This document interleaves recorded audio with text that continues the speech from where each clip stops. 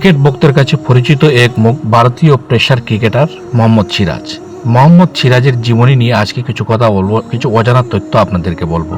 মোহাম্মদ সিরাজ হায়দ্রাবাদে তার বাড়ি হলেও তার বাবা ছিলেন কিন্তু একজন অটোরিক্সা চালক। একটা সময় অটোরিক্সা চালাতেন মোহাম্মদ সিরাজের বাবা। হায়দ্রাবাদের রাস্তায় চারমিনার থেকে বাঞ্জারা হিলস পর্যন্ত সিরাজের বাবার অটোরিক্সা ছুটত প্রতিদিন। সেই অটো চালকের ছেলে সিরাজ এখন ভারতের ক্রিকেট টিমের চালকের আসনে।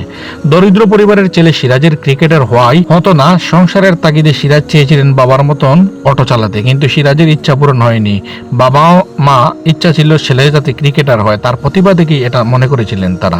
আর অটো চালানোর পাশাপাশি পেশায় আনতে চাননি তার ছেলেকে। ছেলের ক্রিকেটের খরচ জোগাড় করতে সিরাজের বাবা আরও দুটি পার্টির ট্রিপ করে সিরাজের খেলার খরচ জোগাড় করে সিরাজকে একটা ক্রিকেট কোচিং সেন্টারের ব্যবস্থা করে দেন।